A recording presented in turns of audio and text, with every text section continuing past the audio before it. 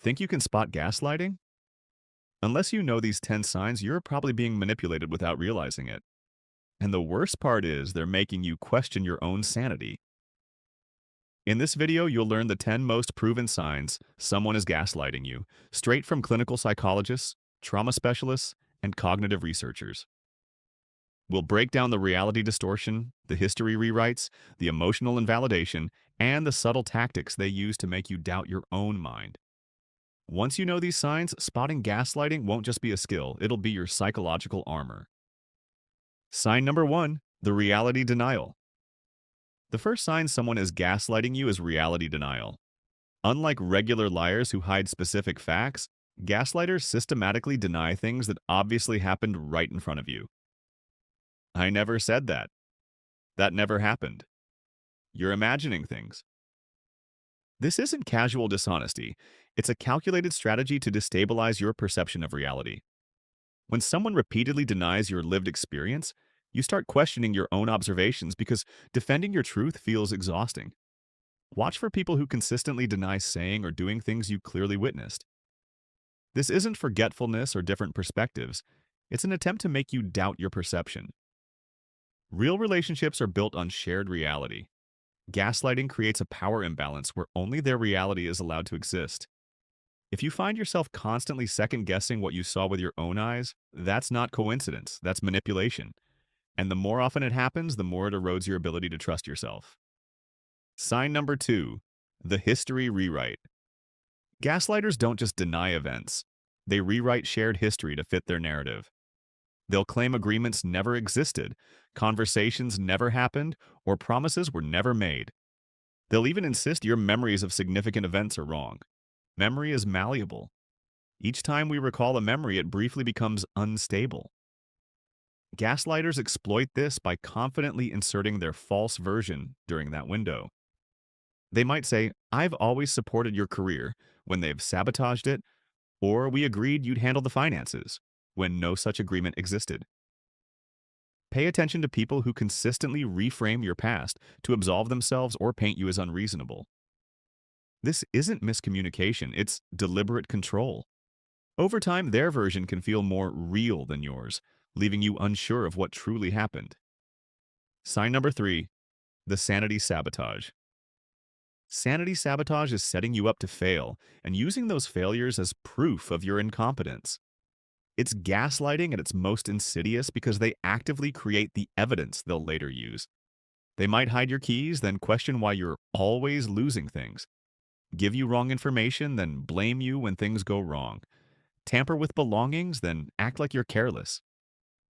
Psychologists call this crazy-making behavior because it's designed to make you doubt your stability. It creates a vicious cycle. The more you question yourself, the more vulnerable you become to manipulation. Notice if someone seems satisfied when you make mistakes, or finds something you were sure you checked. This isn't helpfulness, it's a power play. In healthy relationships, people want you to succeed. Gaslighters need you to fail because your self-trust threatens their control. Sign number 4, the word twisting. Word twisting is taking what you say and distorting it beyond recognition. This isn't misunderstanding, it's deliberate misrepresentation designed to make you defensive. You say you're tired, they claim you called them boring. You raise a concern, they say you called them a terrible person. You share a feeling, they turn it into an attack. This tactic shuts down healthy dialogue because you end up defending what you actually said while the original issue gets lost. You become exhausted from constant clarifying, and they never address the real concern. Watch for patterns where conversations derail into you defending your words instead of resolving the issue. If you often find yourself saying, "That's not what I meant," or "That's not what I said," you may be dealing with a word twister. Real communication assumes good faith.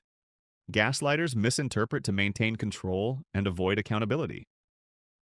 Sign number 5, the collective manipulation. Collective manipulation uses other people as weapons in a gaslighting campaign. It's devastating because it creates the illusion that multiple people share their distorted view. They'll say, "Everyone agrees with me," or "I talked to Sarah, she thinks you're overreacting." They might misrepresent conversations or selectively share information to turn others against you. Sometimes they stage public situations where you appear unstable. This works because humans seek social consensus to validate perceptions. When it seems everyone else sees things differently, it creates deep self-doubt. Watch for people who frequently claim everyone or no one shares your view, especially when you can't verify it. This isn't social feedback, it's isolation tactics. Healthy relationships allow differing perspectives without manufactured consensus. If someone is constantly positioning you as the outlier, they're not describing reality, they're constructing it. Sign number 6, the emotional invalidation. Emotional invalidation means dismissing or ridiculing your feelings until you no longer trust them. Gaslighters specifically target emotions that threaten their control. They'll say, "You're too sensitive," "You're overreacting," or "That's not worth being upset about." They might laugh at your concerns or roll their eyes. Over time, you start hiding your feelings or apologizing for having them. This form of invalidation disrupts your ability to identify, trust, or express your emotions. Eventually, you may feel unsure whether your reactions are justified. Notice if you often apologize for your feelings or conceal them to avoid being dismissed. In healthy relationships, emotions are treated as important information, even if others disagree. Gaslighters treat your feelings as obstacles rather than valid experiences. Sign number 7, the expertise, exploitation. Expertise exploitation is using credentials or specialized knowledge to override your perceptions. It's common with gaslighters who are doctors, lawyers, financial experts, or simply more experienced in a certain field. They weaponize expertise with phrases like, "as someone who understands this," or "with my background, I know better than you." They frame themselves as objective while making you seem ignorant. This works because people are inclined to defer to perceived experts, questioning themselves before questioning authority. Watch if someone consistently uses their credentials to shut down your concerns. Real expertise informs and empowers. It doesn't silence. Genuine experts can explain their reasoning without dismissing your perspective. If their expertise always supports them and invalidates you, it's not expertise, it's manipulation. Sign number 8, the compassionate controller. The compassionate controller disguises gaslighting as care. It's difficult to spot because it looks like love. They'll say, "I'm only telling you this because I care," or "I'm worried about your mental health," while criticizing you. They might make decisions for you because you're not in a good place, or insist on correcting your perceptions out of concern. This tactic creates a double bind. Reject their help and you seem ungrateful. Accept it and you confirm you're incapable. Notice if someone's care consistently leads to them having more control while you lose autonomy. Genuine support helps you trust yourself more, not less. If their care leaves you doubting yourself, it's not love, it's control. Sign number 9, the shifting goalposts. Shifting goalposts means constantly changing the requirements for being believed or respected. No matter what you do, it's never right. If you're emotional, they say they can't talk until you're calm. When you're calm, they say you don't care. Without examples, you're vague. With examples, you're nitpicking. The standards always change so you can't meet them. This exhausts the mental resources you need for critical thinking and self-advocacy.